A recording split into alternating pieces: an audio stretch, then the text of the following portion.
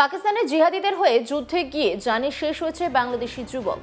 বাংলাদেশের মাদারীপুরের বাসিন্দা ওই যুবকের বাড়িতে এই খবর পৌঁছতেই শোকের ছায়া নেমে আসে। পাকিস্তানের জিহাদি গোষ্ঠী তেহরিক-ই-তালিবানের পক্ষে যুদ্ধ করতে গিয়ে ওই বাংলাদেশি তরুণের নিহত হওয়ার খবর মিলেছে। নিহত যুবকের নাম ফয়সাল হোসেন এবং তার গ্রামের বাড়ি মাদারীপুর সদর থানার কালিকাপুর ইউনিয়নে ছোট দুধখালি গ্রামে। শুক্রবার রাতে খাইবার পাখতুনখোয়ার কারাক জেলায় পাকিস্তানি নিরাপত্তা বাহিনীর এক অভিযানে 17 টিটিপি জিহাদি জানি শেষ হয়। এর মধ্যে একজন ছিলেন বাংলাদেশি যুবক ফয়সাল। তার বয়স 21 বছর বলে জানিয়েছে পরিবার। ফয়সালের বড় ভাই আরমান হোসেন অস্ত্র হাতে পোস্ট দেওয়া একটি ছবি দেখে নিশ্চিত করেছেন নিহত জিহাদি তার ভাই। আরমান তার বক্তব্যে জানান, ফয়সাল হিজামা সেন্টারে চাকরির জন্য দুবাই যাচ্ছেন, জানিয়ে গত বছরের মার্চে দেশ ছাড়েন। কোরবানি ঈদের আগে তার সঙ্গে শেষবার কথা হয় পরিবারে। তারপর থেকে চেষ্টা করেও যোগাযোগ করা সম্ভব হয়নি। ফয়সালের বাবা একজন ইলেকট্রিশিয়ান এবং বড় ভাই আরমান পাকিস্তান ভিত্তিক অনলাইন পণ্যের দারাজের ডেলিভারি ম্যান হিসেবে কাজ করেন।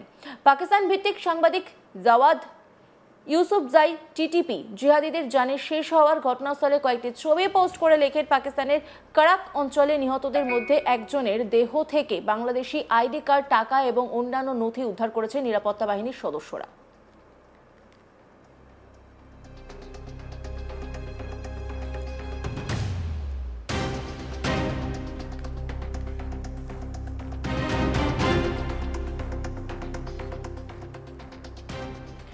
এদিকে টিটিপি জঙ্গিদের পক্ষে পাকিস্তানের সেনাবাহিনীর বিরুদ্ধে যুদ্ধরত আরেক বাংলাদেশি নাগরিক তার ফেসবুক অ্যাকাউন্টে ফয়সালের ছবি পোস্ট করে তার মৃত্যুর তথ্য নিশ্চিত করেছেন। এর আগে চলতি বছরের 27 এপ্রিল উত্তর ওয়াজিরিস্তানের পাকিস্তান সেনাবাহিনীর বোমা হামলায় টিটিপির 54 জিহাদির সঙ্গে আহমেদ জোবায়ের নামে আর এক বাংলাদেশি নিহত হয়েছিলেন। গত এক বছরের কিছু বেশি সময়ের মধ্যে অন্তত 4 বাংলাদেশি জিহাদি গোষ্ঠীর পক্ষ নিয়ে পাকিস্তান সেনাবাহিনীর বিরুদ্ধে যুদ্ধ করতে গিয়ে জানে শেষ হয়েছেন। এসব ঘটনার পর পাকিস্তানের টিটিপির সঙ্গে সংশ্লিষ্টতার অভিযোগে গত জুলাই মাসে বাংলাদেশ অন্তত 2 জঙ্গিকে গ্রেপ্তার করেছে বাংলাদেশ পুলিশ। পাকিস্তান সেনাবাহিনীর সঙ্গে সংঘর্ষে তার মৃত্যু কোনোভাবেই মানতে পারছেন না পরিবারের সদস্যরা। ফয়সালের মৃত্যুতে তার গ্রামের বাড়িতে চলছে মাতম। ফয়সাল মাদারীপুর সদর উপজেলার কালিকাপুর ইউনিয়নে ছোট দুধখালি এলাকার আব্দুল আউয়ালের ছেলে। তার পরিবারের সদস্যরা রাজধানীর জগন্নাথপুর এলাকার আজিজ সড়কে বসবাস করেন। আব্দুল আউয়াল পেশায় একজন ইলেকট্রিশিয়ান। তার বড় ছেলে আরমান মোড়ল একটি বেসরকারি প্রতিষ্ঠানে কাজ করেন। সোমবার সকাল 10টার দিকে ফয়সালের গ্রামের বাড়িতে গিয়ে জানা যায়, ফয়সালের পরিবারের সদস্যরা ভোরে ঢাকা থেকে মাদারীপুরের উদ্দেশ্যে রওনা হয়েছেন। 11টার দিকে ফয়সালের মা চায়না বেগম বাড়িতে ঢোকেন। তখনও তিনি জানতেন না তার ছোট ছেলে ফয়সাল আর নেই। তিনি শুনেছিলেন তার ছেলে দুবাইতে অসুস্থ। ফয়সালের মৃত্যুর খবর পেয়ে প্রতিবেশীরা দ্রুতই বাড়িতে ভিড় করতে শুরু করেন। তারা ফয়সালের মাকে সান্ত্বনা দেওয়ার চেষ্টা করেন। ফয়সাল ঢাকার কালাচাঁদপুরে একটি স্কুলে 10ম শ্রেণী পর্যন্ত পড়াশোনা করেছিলেন। বাংলাদেশে থাকতে তিনি ঢাকার বিভিন্ন এলাকায় ওয়াজ মাহফিলে ভ্রাম্যমাণ দোকান বসিয়ে তসবিহ, জায়নামাজ, আতর ও টুপি বিক্রি করতেন বলে জানায় পরিবার। ফয়সালের কাকা আব্দুল হালিম বলেন, বাংলাদেশ থেকে 2 বছর আগে ফয়সাল নিজের মতো করে বিদেশ যাওয়ার কথা বলে কয়েকদিন নিখোঁজ ছিল। পরে ফয়সাল নিজেই ফোন করে জানায় সে দুবাই গিয়েছে। এরপরে আর কথা হয়নি। পরে গত কোরবানির ঈদের আগে আমার সঙ্গে ওর কথা হয়েছে। তারপরেই 2 মাস আগে মাদারীপুর শহর থেকে পুলিশ আমাদের বাড়িতে আসে। তারা জানায় ফয়সাল দুবাই নয়, পাকিস্তান গিয়েছে। তখন আমরাও চেষ্টা করেছি পাকিস্তান থেকে দেশে ফিরিয়ে আনতে, কিন্তু আমরা চেষ্টা করেও পারিনি। আব্দুল আউয়াল মৃতের বাবা, তিনি কি বলছেন শুনবো। আমি তো দুবাই যেতেছি। আমি কই, বাবা তুমি দুবাই যেতেছো হঠাৎ করে, কিভাবে কেমনে যেতেছো, কে নিতেছে, আমি তো কিছু বুঝলাম না। ও বাবা আমার এক বড় ভাই নিতেছে। আমি কই, তোমার বড় ভাই যদি তোমার নিতেছে তার ঠিকানা কোথায়, সে কই থাকে, আসা কি বিষয়, কিভাবে নিল। সে আমার বলছে 50,000 টাকা বেতন দিব, তার ফ্যাক্টরিতে থাকবো, খাওয়া দাওয়া সব কোম্পানি। আমি বললাম, তো ওই লোকের বাড়ি কই, থাকে কই, ওই লোকের তুমি চিনবা না। আমি তো চিনবো না, মানে দেখা গেছে তুমি হঠাৎ করে গেলা গা, আমি দেখা গেছে তোমার একটা বিপদ আপদ হইলে আমি ধর্মু কারে বা কার কাছে যাবো, কই যাবো, তা তুমি আমার তথ্য দিবা না, কে নিতেছে, তুমি কই যাইতেছো, আমার জিগাই দেবা না। পরে এসে করলো যে এটি জিগাল লাগবো না, বা তুমি আমার জন্য দোয়া করো। তো এই পর্যন্তই রয়েছে, এই পর্যন্ত এইভাবে রয়েছে, তার লগে আর কোনো আমার যোগাযোগ হয়নি। এখন আমার ছেলের মৃত্যুর খবর শুনে আমি এসে কাজ করি যশোর। এখন আমার ছেলেটারে কিভাবে আনা যায়, সে যদি অবরোধ করে থাকে তাহলে তল্লাই নিয়ে গেছে গা, আর কি অবরোধ করছে না করছে তো আমি কিছুই জানি না। আমার বান্ধব যদি আমার জায়গা দেয়, মাটিতে জায়গা দিব, থাকবো দেখুন, আমি তো দেখতে বললাম না।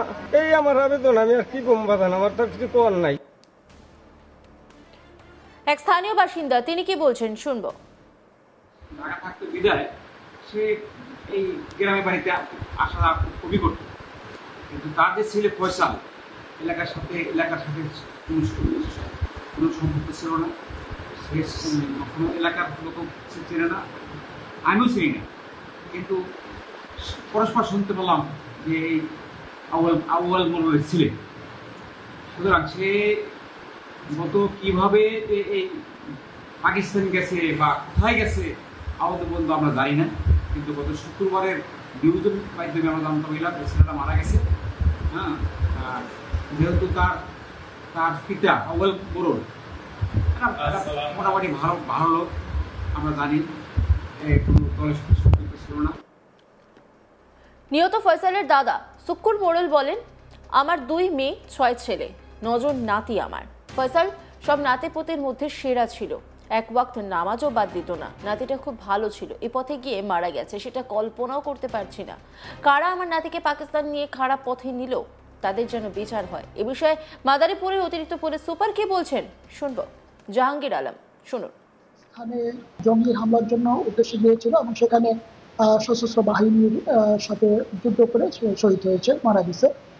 তো এই ইস্যুটা আমরা শুনতে পেরেছি, তবে এইটা আমরা এখনো পর্যন্ত এদের পরিবারের সাথে কথা বলতে পারিনি, ওনারাও আমাদের সাথে যোগাযোগ করেনি।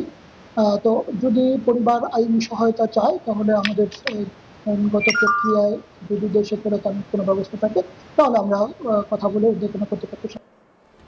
ফয়সালের কাকা আব্দুল হালিম বলেন, বাংলাদেশ থেকে 2 বছর আগে ফয়সাল নিজের মতো করে বিদেশ যাওয়ার কথা বলে কয়েকদিন নিখোঁজ ছিল। পরে ফয়সাল নিজেই ফোন করে জানায় সে দুবাই গিয়েছে। এরপরে আর কথা হয়নি। পরে গত কোরবানির ঈদের আগে আমার সঙ্গে ওর কথা হয়েছে।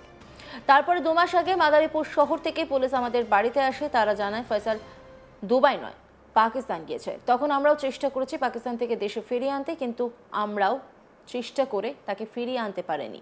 নিহত ফয়সালের দাদা সুক্কুর মোড়ল বলেন, আমার 2 মেয়ে 6 ছেলে, 9 জন নাতি আমার। ফয়সাল সব নাতিপুতির মধ্যে সেরা ছিল, এক ওয়াক্ত নামাজও বাদ দিত না। নাতিটা খুব ভালো ছিল, এই পথে গিয়ে মারা গেছে, সেটা কল্পনাও করতে পারছি না।